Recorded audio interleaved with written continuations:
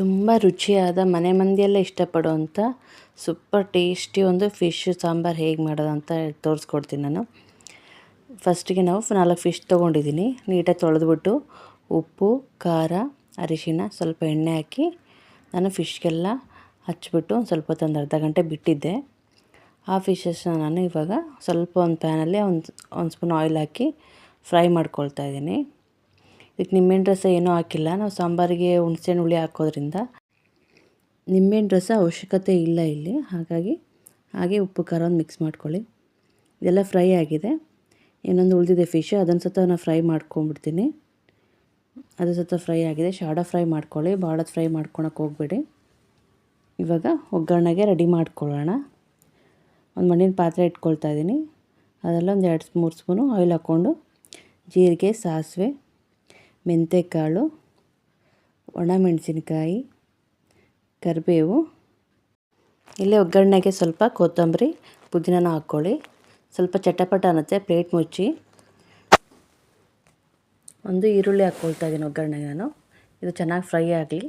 Fry ಆದಮೇಲೆ ಅಲ್ಲ ಬೆಳ್ಳುಳ್ಳಿ ಪೇಸ್ಟು, ಅದು ಸ್ವಲ್ಪ ಎಣ್ಣೆಲಿ ಫ್ರೈ ಆದ ನಂತರ 1-2 ಟೊಮೆಟೊ ತೊಗೊಳ್ಳಿ. ಚಿಕ್ಕದಾಗಿ ಕಟ್ ಮಾಡ್ಕೊಂಬಿಟ್ಟು 2 ಟೊಮೆಟೊ ಹಾಕ್ಕೊಳ್ಳಿ. ಆ ಟೊಮೆಟೊ ಬೇಯೋದಕ್ಕೋಸ್ಕರ ಸ್ವಲ್ಪ ಉಪ್ಪು ಹಾಕ್ಕೊಳ್ಳಿ, 1 ಸ್ಪೂನು. ಚೆನ್ನಾಗೆಲ್ಲ ಮಿಕ್ಸ್ ಆಗಿ ಚೆನ್ನಾಗಿ ಬೆಂದು ಟೊಮೊಟೊ ಎಲ್ಲ ಸ್ವಲ್ಪ ಜ್ಯೂಸಿ ಥರ ಆಗಲಿ, ಎಲ್ಲ ಆಯಿಲೆಲ್ಲ ಬಿಟ್ಕೊಳ್ಳಿ. ಸ್ವಲ್ಪ ಚೆನ್ನಾಗಿ ಅಲ್ಲಿವರೆಗೂ ಫ್ರೈ ಮಾಡಿ ನೀಟಾಗಿ.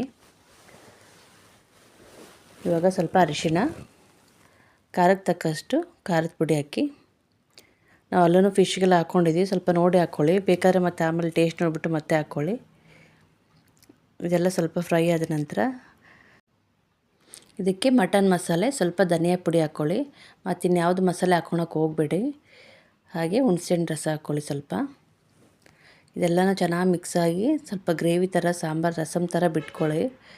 ಆಮೇಲೆ ಸ್ವಲ್ಪ ನೀರು ಹಾಕ್ಕೊಳ್ಳಿ, ಎಷ್ಟು ಬೇಕೋ ಅಷ್ಟು. ಇದಕ್ಕೆ ಸ್ವಲ್ಪ ಬೆಲ್ಲ ಹಾಕೋಣ. ನಾವು ಹುಳಿ ಹಾಕಿರೋದ್ರಿಂದ ಸ್ವಲ್ಪ ಬೆಲ್ಲ ಹಾಕೋದ್ರಿಂದ ಎಲ್ಲ ಅಡ್ಜಸ್ಟ್ ಆಗುತ್ತೆ. ಇದೆಲ್ಲ ಚೆನ್ನಾಗಿ ಕುದೀಲಿ. ಆಯಿಲೆಲ್ಲ ಬಿಟ್ಕೊಂಡ ನಂತರ ಫಿಶಸ್ ಎಲ್ಲ ಫ್ರೈ ಮಾಡ್ಕೊಂಡಿದ್ವಲ್ಲ, ಒಂದೊಂದೇ ಬಿಟ್ಕೊಂಡ್ರೆ ಆಯಿತು. ಮಿಕ್ಸ್ ಮಾಡೋಕ್ಕೇನು ಹೋಗಬೇಡಿ.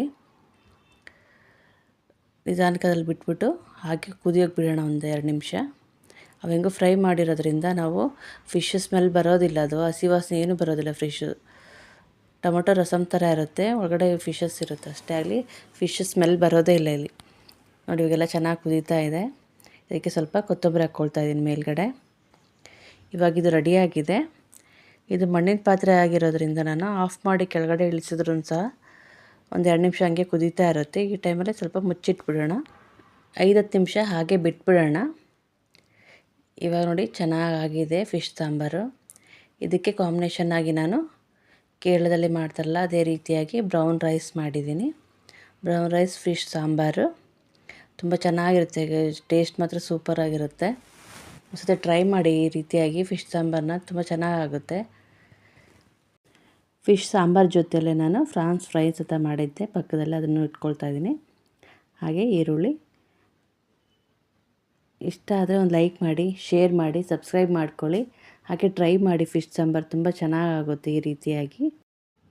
Thank you.